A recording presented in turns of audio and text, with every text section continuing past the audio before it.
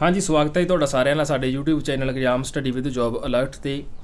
ਸੋ ਅੱਜ ਆਪਾਂ ਕਲਾਸ ਜਿਹੜੀ ਸਟਾਰਟ ਕਰਨ ਜਾ ਰਹੇ ਹਾਂ ਪੰਜਾਬ ਦੇ ਆਉਣ ਵਾਲੇ ਐਗਜ਼ਾਮ ਨੂੰ ਲੈ ਕੇ, ਜੋ ਪੰਜਾਬ ਦੀਆਂ ਆਉਣ ਵਾਲੀਆਂ ਭਰਤੀਆਂ ਨੇ, ਕਿਉਂਕਿ ਜੋ ਵੀ ਭਰਤੀਆਂ ਆਊਟ ਹੋਣਗੀਆਂ ਤਾਂ ਉਹਨਾਂ ਦਾ ਐਗਜ਼ਾਮ ਲਿਆ ਜਾਏਗਾ। ਸੋ ਇਸ ਤੇ ਚੱਲਦੇ ਕੰਪਲੀਟ ਜੀਕੇ ਦੀ ਕਲਾਸ ਜਿਹੜੀ ਆਪਾਂ ਸਟਾਰਟ ਕਰਨ ਜਾ ਰਹੇ ਹਾਂ।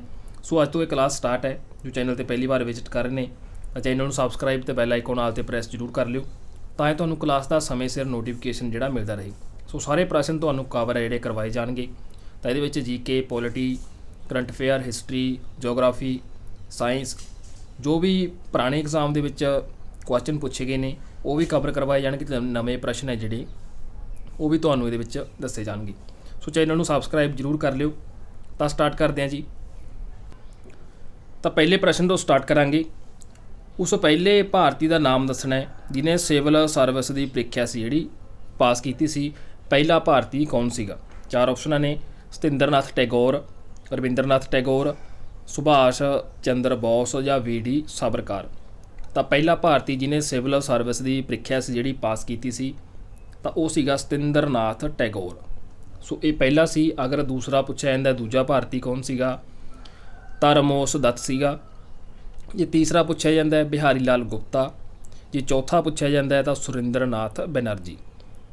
ਤਾਂ ਇਹ ਚਾਰ ਵਿਅਕਤੀ ਸੀ, ਭਾਰਤੀ ਸੀਗੇ ਜਿਨ੍ਹਾਂ ਨੇ ਸਿਵਲ ਸਰਵਿਸ ਦੀ ਪ੍ਰੀਖਿਆ ਸੀ ਜਿਹੜੀ ਪਾਸ ਕੀਤੀ ਸੀ। ਸੋ ਪਹਿਲਾ, ਦੂਜਾ, ਤੀਜਾ ਜਾਂ ਚੌਥਾ, ਇਹ ਇਹਨਾਂ ਵਿੱਚੋਂ ਕੋਈ ਵੀ ਗਿਣਤੀ ਦੇ ਤੌਰ 'ਤੇ ਪੁੱਛਿਆ ਜਾਂਦਾ। ਜਿਵੇਂ ਇਹਦੇ ਕੁਐਸਚਨ ਵਿੱਚ ਪਹਿਲਾ ਭਾਰਤੀ ਪੁੱਛਿਆ ਗਿਆ ਤਾਂ ਪਹਿਲੇ ਸੀਗੇ ਸਤਿੰਦਰਨਾਥ ਟੈਗੋਰ। ਜੇ ਈਅਰ ਪੁੱਛਿਆ ਜਾਂਦਾ ਹੈ, ਈਅਰ ਸੀਗਾ 1863। 1863 ਦੇ ਵਿੱਚ ਸਤਿੰਦਰਨਾਥ ਟੈਗੋਰ ਨੇ ਪਹਿਲੇ ਭਾਰਤੀ ਹੋਏ ਨੇ ਜਿਨ੍ਹਾਂ ਨੇ ਸਿਵਲ ਸਰਵਿਸ ਦੀ ਪ੍ਰੀਖਿਆ ਸੀ ਜਿਹੜੀ ਪਾਸ ਕੀਤੀ ਸੀ। ਸੋ ਈਅਰ ਵੀ ਪੁੱਛਿਆ ਜਾ ਸਕਦਾ ਹੈ ਕਿ ਕਿਹੜੇ ਈਅਰ ਦੇ ਵਿੱਚ ਸਤਿੰਦਰਨਾਥ ਟੈਗੋਰ ਨੇ ਸਿਵਲ ਸਰਵਿਸ ਦੀ ਪ੍ਰੀਖਿਆ ਸੀ ਜਿਹੜੀ ਪਾਸ ਕੀਤੀ ਸੀ। ਤਾਂ ਆਪਸ਼ਨ ਊੜਾ ਸਾਡਾ ਰਾਈਟ ਆਨਸਰ ਆਏਗਾ। ਅਗਲਾ ਪ੍ਰਸ਼ਨ ਹੈ, ਅੰਗਰੇਜ਼ੀ ਕਾਲ ਦੇ ਦੌਰਾਨ ਕਿਹੜੇ ਐਕਟ ਦੇ ਅਧੀਨ ਭਾਰਤ ਦੇ ਵਿੱਚ ਸਰਵਉੱਚ ਅਦਾਲਤ ਦੀ ਸਥਾਪਨਾ ਸੀ ਜਿਹੜੀ ਕੀਤੀ ਗਈ ਸੀ? ਉਸ ਐਕਟ ਦਾ ਨਾਮ ਦੱਸਣਾ। Charter act, Wood despatch, Hunter commission ਜਾਂ ਰੈਗੂਲੇਟਿੰਗ ਐਕਟ। ਤਾਂ ਅੰਗਰੇਜ਼ੀ ਕਾਲ ਦੇ ਦੌਰਾਨ ਰੈਗੂਲੇਟਿੰਗ ਐਕਟ ਦੇ ਅਧੀਨ ਭਾਰਤ ਦੇ ਵਿੱਚ ਸਰਵਉੱਚ ਅਦਾਲਤ ਦੀ ਜਿਹੜੀ ਸਥਾਪਨਾ ਸੀ ਜਿਹੜੀ ਕੀਤੀ ਗਈ ਸੀ। ਸੋ ਰੈਗੂਲੇਟਿੰਗ ਐਕਟ ਦੇ ਲੈ ਕੇ ਕੁਐਸਚਨ ਜਿਹੜਾ ਐਗਜ਼ਾਮ ਦੇ ਵਿੱਚ ਪੁੱਛਿਆ ਜਾਂਦਾ ਹੈ। ਸੋ ਜਿਹੜਾ ਇਹ ਐਕਟ ਸੀਗਾ 1773 ਈਸਵੀ ਦੇ ਵਿੱਚ ਇਹ ਐਕਟ ਸੀ ਜਿਹੜਾ ਉਹ ਪਾਸ ਕੀਤਾ ਗਿਆ ਸੀਗਾ। ਕੰਪਨੀ ਦੇ ਕੰਮਾਂ 'ਤੇ ਬ੍ਰਿਟਿਸ਼ ਸਰਕਾਰ ਦੇ ਕੰਟਰੋਲ ਦਾ ਇਹ ਪਹਿਲਾ ਯਤਨ ਸੀ। ਬੰਗਾਲ ਦੇ ਗਵਰਨਰ ਨੂੰ ਜਿਹੜਾ ਗਵਰਨਰ ਜਨਰਲ ਬਣਾ ਦਿੱਤਾ ਸੀ ਇਸ ਐਕਟ ਦੇ ਤਹਿਤ। ਅਤੇ ਵਾਰਨ ਹੇਸਟਿੰਗਸ ਜੋ ਹੋਏ ਨੇ ਇਸ ਤਹਿਤ ਭਾਰਤ ਦੇ ਪਹਿਲੇ ਗਵਰਨਰ ਜਨਰਲ ਬਣੇ ਸੀ। ਸੋ ਵਾਰਨ ਹੇਸਟਿੰਗ 'ਤੇ ਵੀ ਕੁਐਸਚਨ ਪੁੱਛਿਆ ਜਾਂਦਾ ਕਿ ਭਾਰਤ ਦੇ ਪਹਿਲੇ ਗਵਰਨਰ ਜਨਰਲ ਕੌਣ ਬਣੇ ਸੀਗੇ ਤਾਂ ਉਹ ਸੀਗੇ ਵਾਰਨ ਹੇਸਟਿੰਗਸ।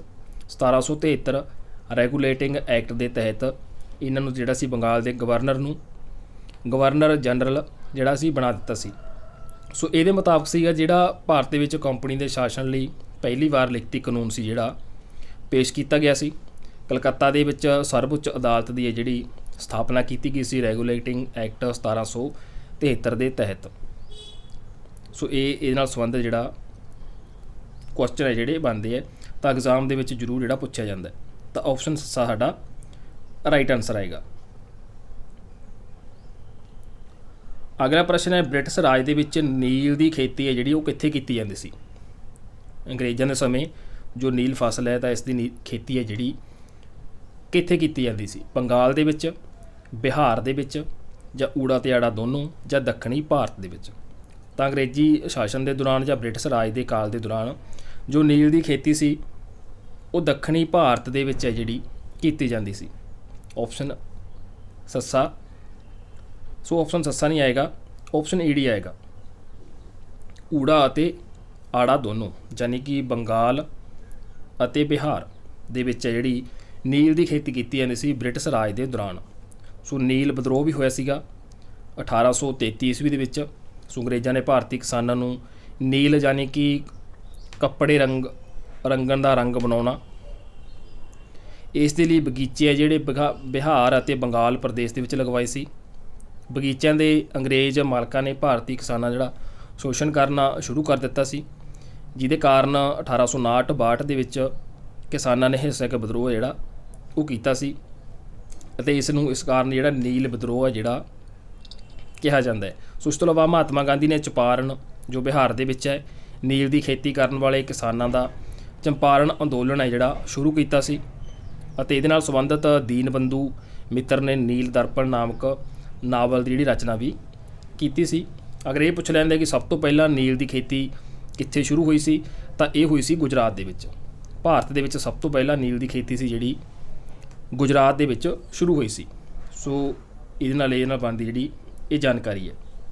ਅਗਲਾ ਪ੍ਰਸ਼ਨ ਹੈ ਆਖਰੀ ਮੁਗਲ ਬਾਦਸ਼ਾਹ ਬਹਾਦਰ ਸ਼ਾਹ ਜ਼ਫਰ ਨੂੰ ਕਿੱਥੇ ਕੈਦ ਕਰਕੇ ਰੱਖਿਆ ਗਿਆ ਸੀ। ਸੋ ਇਹਦੇ ਵਿੱਚ ਵੀ ਦੋ ਪ੍ਰਸ਼ਨ ਬਣਦੇ ਆ। ਆਖਰੀ ਮੁਗਲ ਬਾਦਸ਼ਾਹ ਕੌਣ ਹੋਇਆ? ਬਹਾਦਰ ਸ਼ਾਹ ਜ਼ਫਰ। ਅਤੇ ਇਹਨੂੰ ਕਿੱਥੇ ਕੈਦ ਕਰਕੇ ਰੱਖਿਆ ਸੀ? ਰੰਗੂਨ, ਜਾਫਨਾ, ਲਾਲ ਕਿਲਾ ਜਾਂ ਫਿਰ ਬਨਾਰਸ ਦੇ ਵਿੱਚ। ਤਾਂ ਇਹਨਾਂ ਨੂੰ ਕੈਦ ਕਰਕੇ ਜਿਹੜਾ ਰੰਗੂਨ ਦੇ ਵਿੱਚ ਰੱਖਿਆ ਗਿਆ ਸੀ। ਰੰਗੂਨ ਕਿੱਥੇ ਹੈ? ਰੰਗੂਨ ਹੈਗਾ ਬਰਮਾ ਦੇ ਵਿੱਚ। ਤਾਂ ਆਖਰੀ ਮੁਗਲ ਬਾਦਸ਼ਾਹ ਹੋਏ ਸੀ ਜਿੱਥੇ ਇਹਨਾਂ ਦੀ ਮੌਤ ਹੋਈ ਸੀ ਬਹਾਦਰ ਸ਼ਾਹ ਜ਼ਫਰ। ਆਪਸ਼ਨ ਊ ਦਾ ਸਾਡਾ ਰਾਈਟ ਆਨਸਰ ਆਏਗਾ। ਅਗਲਾ ਪ੍ਰਸ਼ਨ ਹੈ ਪ੍ਰਸਿੱਧ ਸੈਨਾਪਤੀ ਹੋਏ ਨੇ ਤਾਤੀਆ ਟੋਪੇ, ਇਹ ਕਿਸ ਦੇ ਸਮਕਾਲੀ ਸੀ? ਲక్ష్ਮੀ ਬਾਈ, ਨਾਨਾ ਸਾਹਿਬ, ਬਹਾਦਰ ਸ਼ਾਹ ਜ਼ਫਰ ਜਾਂ ਉਪਰੋਕਤ ਸਾਰੇ। ਤਾਂ ਪ੍ਰਸਿੱਧ ਸੈਨਾਪਤੀ ਹੋਏ ਨੇ ਤਾਤੀਆ ਟੋਪੇ, ਤਾਂ ਇਹ ਸੀਗੇ ਉਪਰੋਕਤ ਸਾਰਿਆਂ ਦੇ ਸੈਨਾਪਤੀ ਸੀ, ਸਮਕਾਲੀ ਸੀ ਲక్ష్ਮੀ ਬਾਈ ਦੇ, ਨਾਨਾ ਸਾਹਿਬ ਦੇ ਅਤੇ ਬਹਾਦਰ ਸ਼ਾਹ ਜ਼ਫਰ ਦੇ। ਸੋ ਕਈ ਵਾਰ ਆਪਸ਼ਨ ਦੇ ਵਿੱਚ ਇਹਨਾਂ ਤਿੰਨਾਂ ਦੇ ਵਿੱਚੋਂ ਇੱਕ ਨਾਮ ਆ ਜਾਂਦਾ ਹੈ ਤਾਂ ਜ਼ਰੂਰ ਯਾਦ ਰੱਖਿਓ, ਕਿਉਂਕਿ ਕਨਫਿਊਜ਼ ਕਰਨ ਵਾਸਤੇ ਇੱਦਾਂ ਦਾ ਥੋੜ੍ਹਾ ਮੋਟਾ ਪ੍ਰਸ਼ਨ ਦੇ ਵਿੱਚ ਤੋੜ ਮਰੋੜਾ ਜਿਹੜੀ ਕਰ ਦਿੱਤੀ ਜਾਂਦੀ ਹੈ। ਉਲਝਾਉਣ ਵਾਸਤੇ ਕੁਐਸਚਨ ਉਹੀ ਹੁੰਦਾ ਹੈ। ਤਾਂ ਤਾਤੀਆ ਟੋਪੇ 3 ਜਾਣਿਆਂ ਦਾ ਸਮਕਾਲੀ ਸੀਗਾ, ਰਾਣੀ ਲక్ష్ਮੀ ਬਾਈ, ਨਾਨਾ ਸਾਹਿਬ ਅਤੇ ਬਹਾਦਰ ਸ਼ਾਹ ਜ਼ਫਰ। ਬਹਾਦਰ ਸ਼ਾਹ ਜ਼ਫਰ ਆਪਾਂ ਪਿੱਛੇ ਕਰਕੇ ਆ, ਰੰਗੂਨ ਦੇ ਵਿੱਚ ਜੋ ਬਰਮਾ ਦੇ ਵਿੱਚ ਇਹਨਾਂ ਦੀ ਮੌਤ ਹੋਈ ਸੀ, ਮੁਗਲ ਸ਼ਾਸਕ ਸੀਗਾ। ਅਗਲਾ ਪ੍ਰਸ਼ਨ ਹੈ ਵੁੱਡ ਡਿਸਪੈਚ ਦਾ ਸੰਬੰਧ ਕਿਸ ਨਾਲ ਸੀਗਾ? ਜਾਂ ਇਹ ਵੀ ਪੁੱਛ ਲਿਆ ਜਾਂਦਾ ਹੈ ਵੁੱਡ ਡਿਸਪੈਚ ਕੀ ਸੀਗਾ? ਜਾਂ ਇਹ ਪੁੱਛ ਲਿਆ ਜਾਂਦਾ ਹੈ ਵੁੱਡ ਡਿਸਪੈਚ 1854 ਸ਼ਾਰਟ ਦੇ ਵਿੱਚ ਕਿਵੇਂ ਵੀ ਪੁੱਛਿਆ ਜਾ ਸਕਦਾ ਹੈ। ਤਾਂ ਕਿਹਦੇ ਨਾਲ ਸੰਬੰਧਿਤ ਸੀ ਇਹ? ਪੰਜਾਬ ਟੈਟ ਦੇ ਵੀ ਪੁੱਛਿਆ ਗਿਆ, ਹਰ ਵਾਰ ਐਗਜ਼ਾਮ ਦੇ ਵਿੱਚ ਕੁਐਸਚਨ ਇਹ ਪੁੱਛਿਆ ਜਾਂਦਾ ਹੈ। ਸਿੱਖਿਆ ਨਾਲ ਸੰਬੰਧਿਤ ਸੀ, ਆਰਥਿਕ ਨਾਲ ਸੰਬੰਧਿਤ ਸੀ, ਰਾਜਨੀਤਿਕ ਨਾਲ ਸੰਬੰਧਿਤ ਸੀ ਜਾਂ ਈਸਾਈ ਧਰਮ ਦਾ ਪ੍ਰਚਾਰ ਕਰਨ ਨਾਲ ਸੰਬੰਧ ਸੀ। ਤਾਂ ਵੁੱਡ ਡਿਸਪੈਚ 1854 ਇਹ ਸਿੱਖਿਆ ਨਾਲ ਸੰਬੰਧਿਤ ਸੀਗਾ। ਆਪਸ਼ਨ ਊੜਾ ਸਾਡਾ ਰਾਈਟ ਆਨਸਰ ਆਏਗਾ।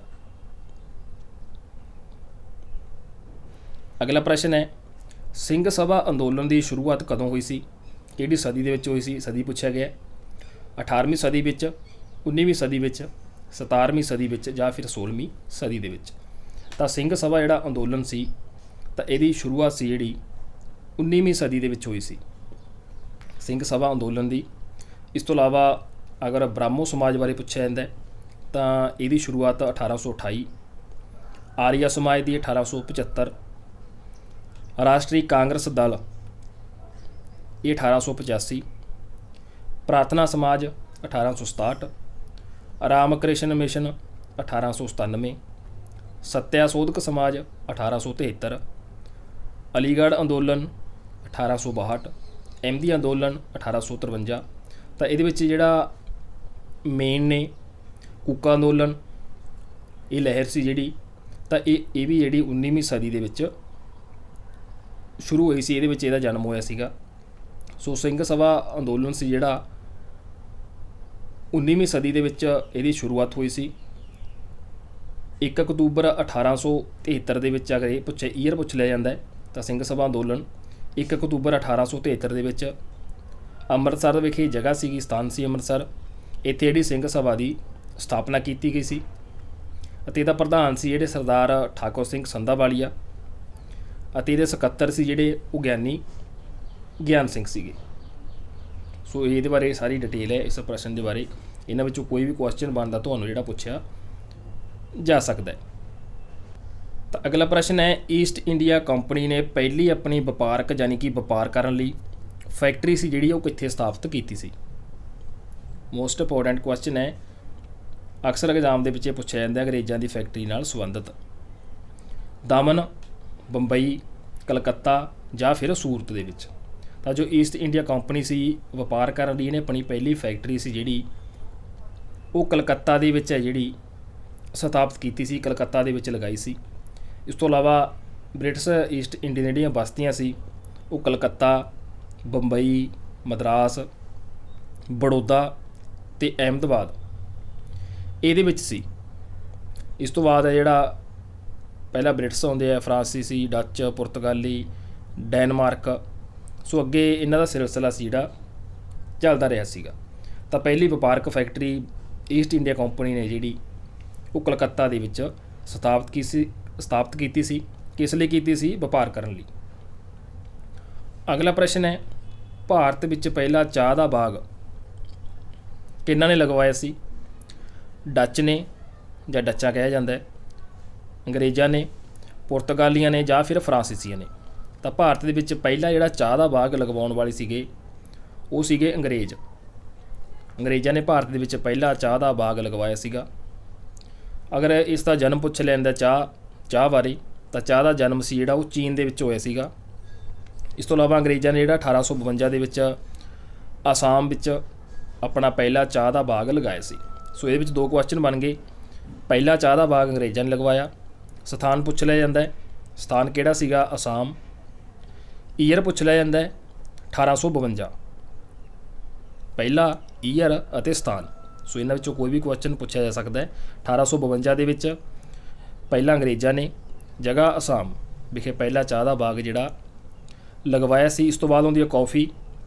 1840 ਈਸਵੀ ਵਿੱਚੋਂ ਕੌਫੀ ਦਾ ਸਭ ਤੋਂ ਪਹਿਲਾ ਬਾਗ ਦੱਖਣੀ ਭਾਰਤ ਦੇ ਵਿੱਚ ਲਗਵਾਇਆ ਗਿਆ ਸੀ। ਤਾਂ ਇਸ ਤੋਂ ਬਾਅਦ ਜਿਹੜਾ ਕੌਫੀ ਦਾ ਬਾਗ ਸੀ ਜਿਹੜੇ ਮੈਸੂਰ, ਨੀਲਗਿਰੀ ਅਤੇ ਜੋ ਮਾਲਾਬਾਰ ਦੇ ਖੇਤਰ ਸੀ ਇਹਦੇ ਵਿੱਚ ਲਗਵਾਏ ਗਏ ਸੀ। ਸੋ ਚਾਹ ਜਾਂ ਕੌਫੀ, ਇਸ 'ਤੇ ਕੋਈ ਵੀ ਕੁਐਸਚਨ ਪੁੱਛਿਆ ਜਾ ਸਕਦਾ ਹੈ। ਚਾਹ ਦਾ ਪਹਿਲਾ ਬਾਗ ਅੰਗਰੇਜ਼ਾਂ ਨੇ ਲਗਵਾਇਆ ਸੀ 1852 ਆਸਾਮ ਦੇ ਵਿੱਚ। ਕੌਫੀ ਦਾ ਬਾਗ ਸੀ ਜਿਹੜਾ ਪਹਿਲਾ ਬਾਗ 1840 ਦੇ ਵਿੱਚ ਦੱਖਣੀ ਭਾਰਤ ਦੇ ਵਿੱਚ ਲਗਵਾਇਆ ਗਿਆ ਸੀ। ਸੋ ਇਹ ਕੁਐਸਚਨ ਜ਼ਰੂਰ ਨੋਟ ਕਰ ਲਿਓ। ਸੋ ਨਾਲ ਦੀ ਨਾਲ ਲਿਖੀ ਜਾਇਓ। ਆਪਣੇ ਆਪ ਦੇ ਵਿੱਚ ਸ਼ਾਰਟ ਨੋਟਿਸ ਨੇ, ਵੀਡੀਓ ਸਟਾਪ ਕਰਕੇ ਜ਼ਰੂਰ ਰੀਡ ਕਰ ਲਿਆ ਕਰੋ। ਅਗਲਾ ਪ੍ਰਸ਼ਨ ਹੈ, 1857 ਦੀ ਕ੍ਰਾਂਤੀ ਸਮੇਂ ਇੰਗਲੈਂਡ ਦੀ ਮਹਾਰਾਣੀ ਕੌਣ ਸੀ? ਜਦੋਂ 1857 ਦੀ ਕ੍ਰਾਂਤੀ ਹੋਈ ਸੀ ਤਾਂ ਉਸ ਸਮੇਂ ਇੰਗਲੈਂਡ ਦੀ ਮਹਾਰਾਣੀ ਕੌਣ ਸੀ? ਮਹਾਰਾਣੀ ਏਲੀਆ, ਮਹਾਰਾਣੀ ਐਲਿਜ਼ਾਬੈਥ ਜਾਂ ਮਹਾਰਾਣੀ ਵਿਕਟੋਰੀਆ ਜਾਂ ਮਹਾਰਾਣੀ ਆਇਰਿਸ। ਤਾਂ 1857 ਦੀ ਕ੍ਰਾਂਤੀ ਸਮੇਂ ਇੰਗਲੈਂਡ ਦੀ ਜਿਹੜੀ ਮਹਾਰਾਣੀ ਸੀ ਉਹ ਮਹਾਰਾਣੀ ਵਿਕਟੋਰੀਆ ਸੀ।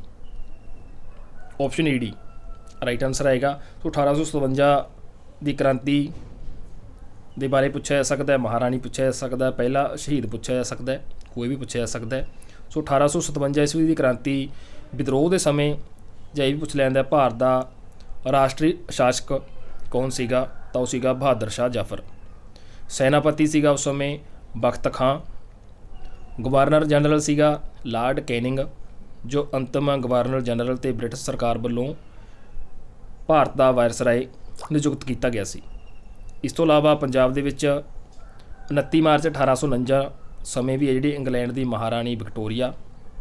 ਕਾਰਜਕਾਲ ਪੁੱਛ ਲਿਆ ਜਾਂਦਾ ਮਹਾਰਾਣੀ ਵਿਕਟੋਰੀਆ ਦਾ 1837 ਤੋਂ 1901। ਤਾਂ ਇਸ ਤੋਂ ਬਾਅਦ ਭਾਰਤ ਦੀ ਆਜ਼ਾਦੀ ਸਮੇਂ ਜਿਹੜਾ ਇੰਗਲੈਂਡ ਦਾ ਮਹਾਰਾਜਾ ਸੀ ਜਾਰਜ 6ਵਾਂ। ਪ੍ਰਧਾਨ ਮੰਤਰੀ ਸੀਗਾ ਮਿਸਟਰ ਏਟਲੀ। ਇਹ ਕੁਐਸਚਨ ਜ਼ਰੂਰ ਪੁੱਛਿਆ ਜਾਂਦਾ ਕਿ ਭਾਰਤ ਦੀ ਆਜ਼ਾਦੀ ਸਮੇਂ ਇੰਗਲੈਂਡ ਦਾ ਪ੍ਰਧਾਨ ਮੰਤਰੀ ਕੌਣ ਸੀ? ਤਾਂ ਮਿਸਟਰ ਏਟਲੀ। ਅਤੇ ਉਸ ਸਮੇਂ ਜਿਹੜੀ ਲੇਬਰ ਪਾਰਟੀ ਦੀ ਸਰਕਾਰ ਸੀ। ਅਤੇ ਭਾਰਤ ਦਾ ਆਖਰੀ ਅੰਗਰੇਜ਼ ਵਾਇਸਰਾਏ ਕਿਹੜਾ ਸੀਗਾ? ਉਹ ਸੀਗਾ ਜੀ ਲਾਰਡ ਮਾਊਂਟਬੈਟਨ।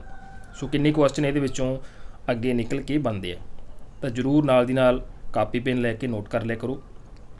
ਸੋ ਬਾਕੀ ਚਲਦੀ ਵੀਡੀਓ ਨੂੰ ਅੱਗੇ ਜ਼ਰੂਰ ਸ਼ੇਅਰ ਕਰ ਦਿਆ ਕਰੋ ਤਾਂ ਤੋਂ ਵੱਧ ਆਡੀਅנס ਆਪਣੇ ਨਾਲ ਜੁੜ ਸਕੇ। ਸੋ ਇਹ ਕੁਐਸਚਨ ਬਣ ਗਿਆ, ਪਹਿਲਾਂ ਰਿਪੀਟ ਕੀਤਾ ਸੀ, 1857 ਦੇ ਵਿਦਰੋਹ 'ਚ ਸ਼ਹੀਦ ਹੋਣ ਵਾਲਾ ਕੌਣ ਸੀਗਾ? ਕੌਣ ਸ਼ਹੀਦ ਹੋਇਆ ਸੀਗਾ?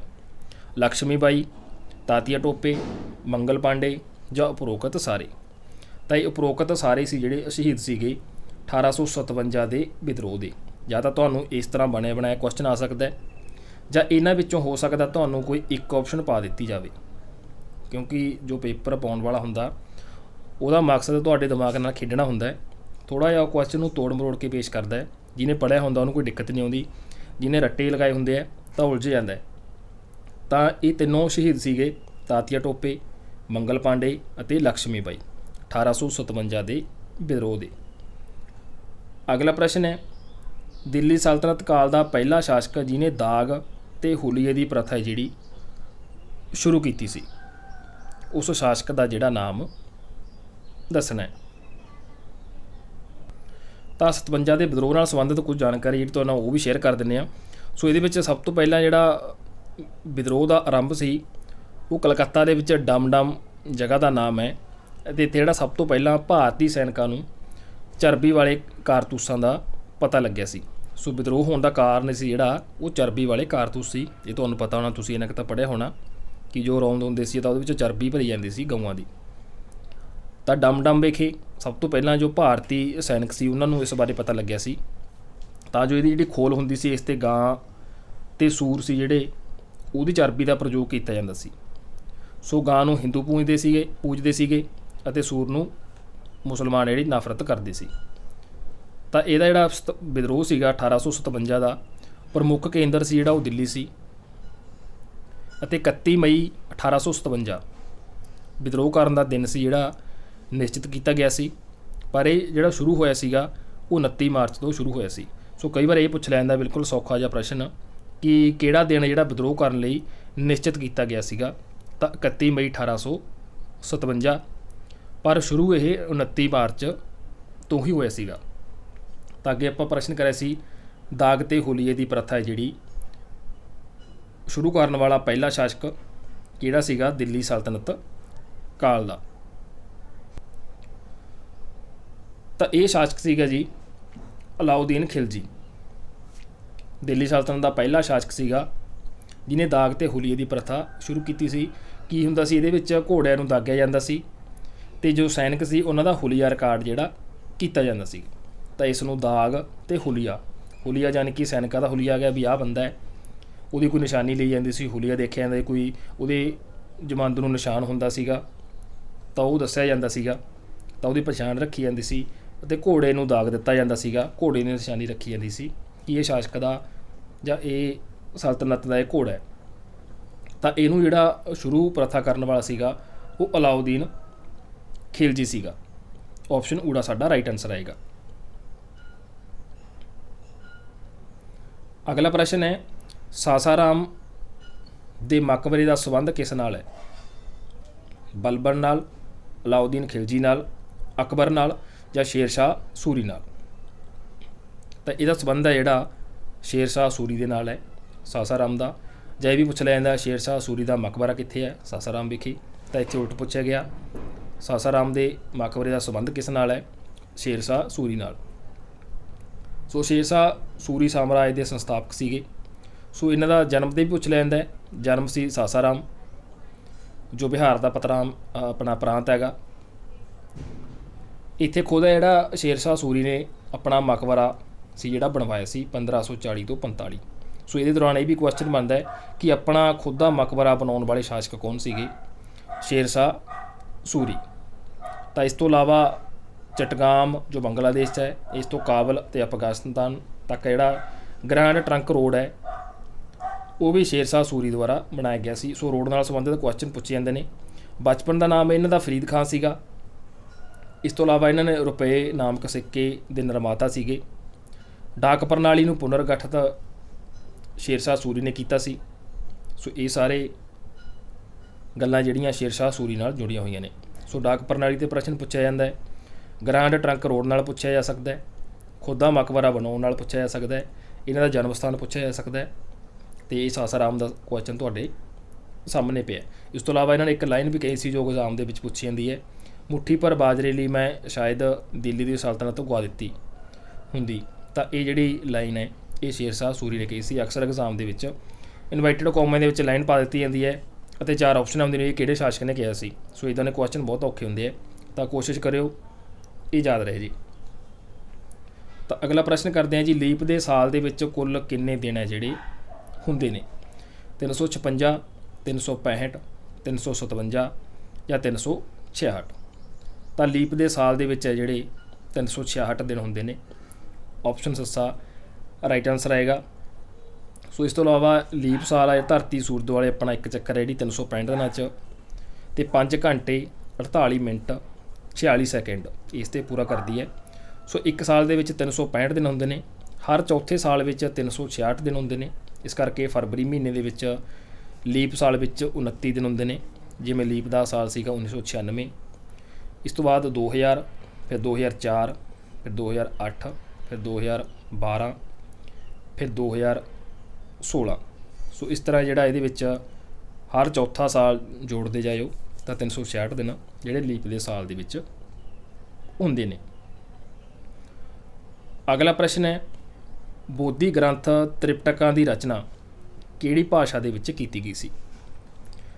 ਤਾਂ ਇੱਥੇ ਵੀ ਇੱਕ ਹੋਰ ਕੁਐਸਚਨ ਬਣਦਾ ਹੈ, ਬੋਧੀ ਗ੍ਰੰਥ ਕਿਹੜੇ ਨੇ? ਤ੍ਰਿਪਟਕਾਂ, ਅਤੇ ਇਹਨਾਂ ਦੀ ਰਚਨਾ ਕਿਹੜੀ ਭਾਸ਼ਾ ਵਿੱਚ ਹੋਈ ਹੈ? ਪ੍ਰਾਕਿਰਤ, ਪਾਲੀ, ਸੰਸਕ੍ਰਿਤ ਜਾਂ ਫਿਰ ਅਰਧ ਮਗਧੀ। ਤਾਂ ਬੋਧੀ ਗ੍ਰੰਥ ਜੋ ਤ੍ਰਿਪਟਕਾਂ ਸੀ ਤਾਂ ਇਹਨਾਂ ਦੀ ਜਿਹੜੀ ਰਚਨਾ ਹੈ ਇਹ ਪਾਲੀ ਭਾਸ਼ਾ ਦੇ ਵਿੱਚ ਕੀਤੀ ਗਈ ਹੈ। ਆਪਸ਼ਨ ਆੜਾ ਸਾਡਾ ਰਾਈਟ ਆਨਸਰ ਆਏਗਾ। ਸੋ ਦੋਸਤੋ, ਇਹ ਪਹਿਲੇ ਭਾਗ ਦੇ ਕੰਪਲੀਟ ਜੀਕੇ ਦੇ ਮੋਸਟ ਇੰਪੋਰਟੈਂਟ ਕੁਐਸਚਨ ਸੀ। ਕੰਟੀਨਿਊ ਤੁਹਾਨੂੰ MCQ ਪ੍ਰਸ਼ਨ ਉੱਤਰ ਪ੍ਰੋਵਾਈਡ ਕਰਦੇ ਰਹਾਂਗੇ, ਕਿਉਂਕਿ ਪੰਜਾਬ ਦੇ ਵਿੱਚ ਅੱਗੇ ਭਰਤੀਆਂ ਦੇ ਨੋਟੀਫਿਕੇਸ਼ਨ ਜਾਰੀ ਹੋਣ ਵਾਲੇ ਨੇ।